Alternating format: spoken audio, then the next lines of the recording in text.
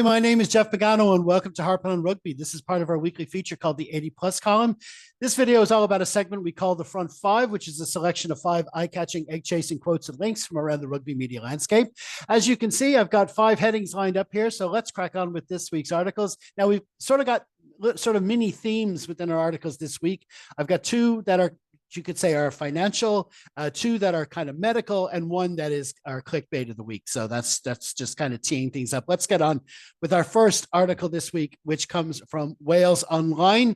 It's from Sean Barry, and the headline reads, Cardiff Rugby Administration shock. What went wrong and what comes next? Now, this was something that was teased on Monday. There's a couple of tweets and Blue Sky posts going out there saying, oh, big financial news, big sad financial news regarding Cardiff Rugby to come. And of course, we all just assumed, in this modern climate, that it wasn't good news. And of course, there's the climate within rugby anyway. And of course, in past weeks, we've had all this talk about tariffs and whatnot, which sounds like a town in Wales as well, ironically. But listen, it didn't sound good. It sounded like that the URC was going to lose a team, and of course we've been kind of smug talking about how the URC is the best league, and not laughing because that's not what we're doing, and that's not a good thing. But what's been going on in the Premiership?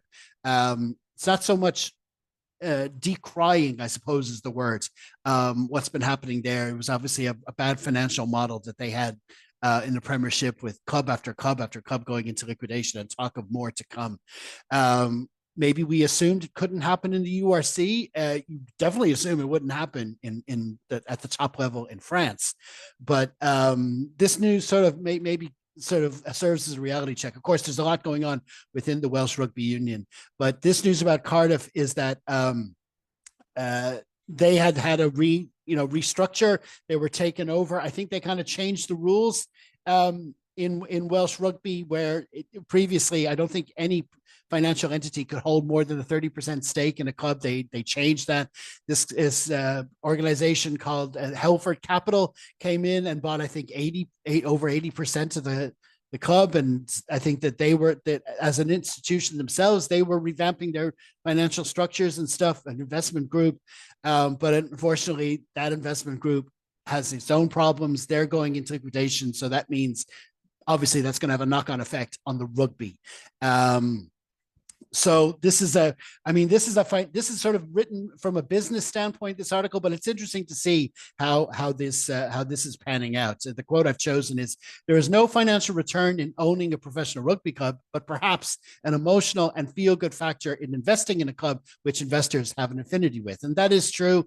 What's happening now, the Welsh Rugby Union has taken over from Halford, and so basically they're going to run things until they can find another backer, and just hopefully they will, because we've talked about the Dragons. I think the Dragons ended up in a similar situation, but if Welsh Rugby was to lose the team from their capital, it's definitely not a good look. Things just keep going from bad to worse, I suppose, for Welsh Rugby in recent times, and you want it, when is it going to actually hit the bottom and start to improve? It's you just hope that they can sort things out there. We definitely don't want to lose any teams from the URC, well, any teams at all. I mean, there's, even outside the obvious, you don't want people losing their jobs. You don't want any of that kind of loss as well. But just for the game, game of rugby as a whole, I mean, it's happening all over the world. You look at the Melbourne Rebels down in Australia, and it's happening in different places. That's at the top level of the game. Major League Rugby in America is finding it's struggling to get off the ground, struggling to go from one season to the next with the same amount of teams. So it is an issue throughout the game. I think the game is going to have to look at its structures and maybe scale down. Stop looking at the money that's in football and assuming that we have to work at those levels or to even aspire to those levels. Maybe scale down the expectations of what we want from a professional rugby union club, and maybe the investment will come then. But anyway, listen, there's a lot to be decided there. Please, hopefully the Cardiff situation will be resolved. They're going to fulfill their fixtures for this season. here's hoping that they can. I have a feeling that they will feature in the fixtures for next season, but we've seen before teams drop out mid-season, so it's going to be an ongoing thing until we get some kind of concrete financial certainty, and fingers crossed for all involved there. Okay, second article this week comes from a different kind of publication. It's another financial story. This is called Radio France Internationale, which apparently is a French news and current affairs public radio station that broadcasts worldwide in French and 16 other languages. This is from their website, and the headline reads, France allowed major failures in finances of the 2023 Rugby World Cup, Watchdog says. That doesn't sound good. Now, obviously, when you're pitching to host a Rugby World Cup, you're hardly going to suggest that you're going to lose money. Okay, so I don't know how much we can, castigate the organizers for, unless you have actual proof that they knew it wasn't going to happen. But the more likely thing is that they honestly believed that it could generate a profit. I mean, that's generally what most business pitches are.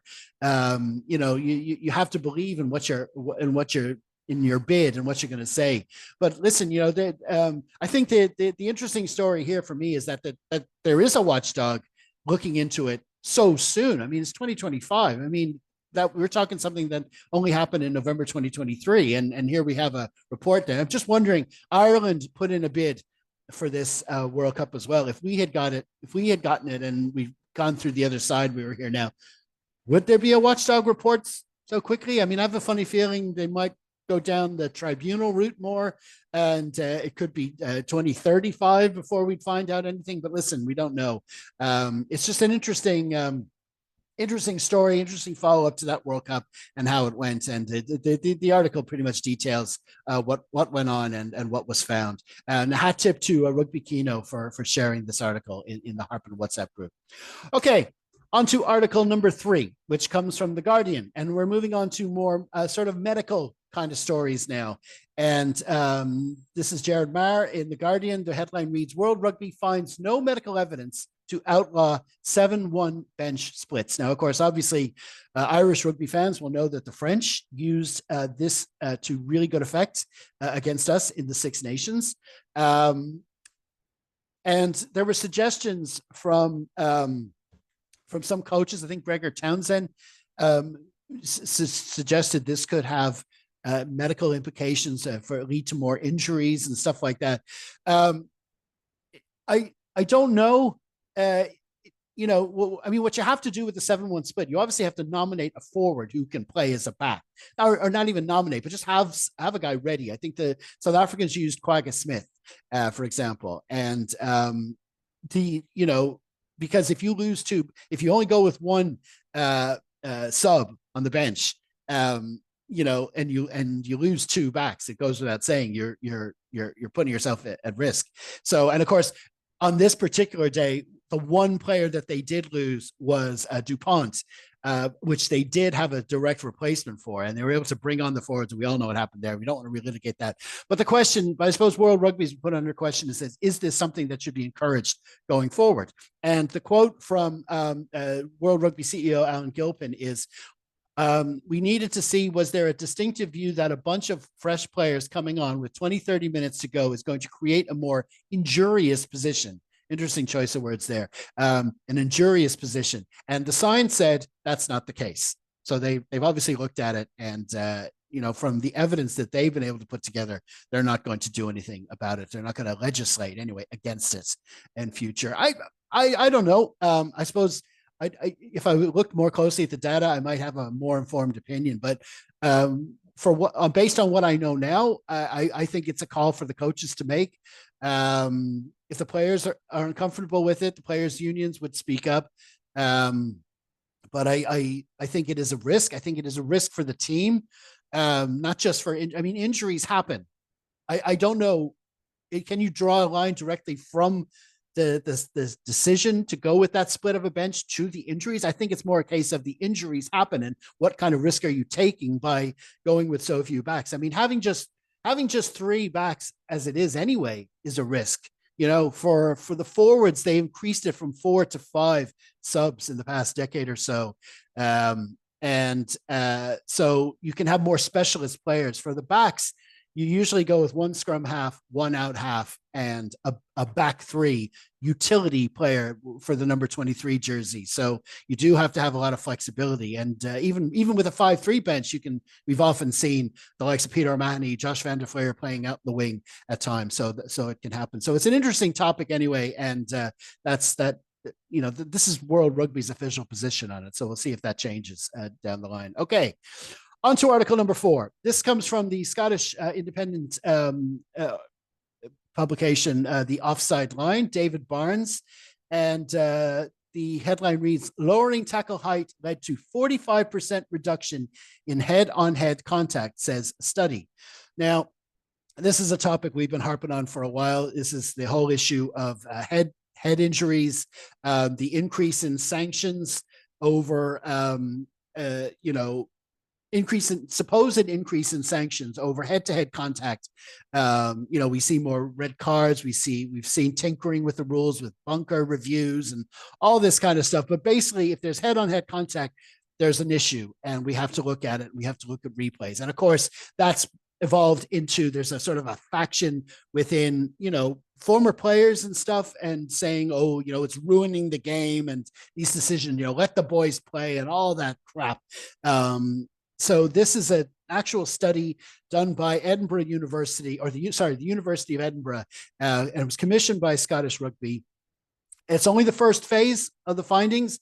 I think it's from the 2023-24 season, and it says that the sanctions related to high tackles tripled in that season, and there was no significant change to the rate of all other illegal play. So not only was there a 45% reduction in the head-on-head contact, but that there was actually an increase in the sanctions. Now, did one cause the other? I don't know, but they are saying that the data does seem to suggest that. So it's actual information. Now, there'll be those with agendas saying, they probably made up the numbers. It's probably woke, blah, blah, blah. There will be all that pushback, but people are working on it. And I think it is important. There have been significant injuries and concussions and deaths in the sport, going back over the years. And I think it's important that we are studying it and that we're taking the studies seriously. I think that's the most important thing. Pushback on those who are basically trying to say it's a lot of nonsense, and just basically look at it like grown-ups. That's the key. And and it's good to see that this research is being done. It's just how it translates to the media element of it. Is this getting out there? Is it going to be reported? I found this study on a Scottish independent site. That sounds like it's a site for Scottish independence. No, an independent Scottish site is what I should say. But the Offside Line. So is it going to be reported more widely than that? Are we going to find out more about this study? So we'll see if that happens going forward. But well done to David Barnes for reporting on that anyway. Okay, 5th and final article this week, and this is my clickbait of the week. It's a well to which many Irish media will go to over and over again for the next coming years. It's the old Jack v. Sam. We usually have an article on this every week, and so why break with it now? After the rugby at the weekend, this is a headline from Hugh Farrelly in extra.ie. Crowley looks to be gaining ground on Prendergast. Now, just that headline alone, that's all you need. It's Jack v. Sam, and this is tilting a little bit towards Jack, but whichever way it's tilting, the enraged clickers out there are going to be attracted to that. And basically, it's making the argument that, the quote I've chosen, Prendergast has made a relatively low-key return to club rugby as Leinster carried on serenely at the top of the URC table and cruised into the Champions Cup quarterfinals. And just last weekend, we saw Leinster with a big 62-point win over Harlequins, while Munster had a much tougher task, went to La Rochelle. And to be fair, Jack Crowley was awesome. That drop goal, I said it on our pod. Jack Crowley's drop goal was an excellent decision, excellent execution, and it was ultimately, I think, the winning of the game. And of course, as Leinster fans, we know all about what he can do with drop goals to win a game. So that, he definitely played well. He's definitely on form. He played well against Connacht as well before that. But you could make the argument that Sam, that hit Jack's form led to a 1-point win at La Rochelle. Sam also played against La Rochelle, and Leinster won that game by 2 points.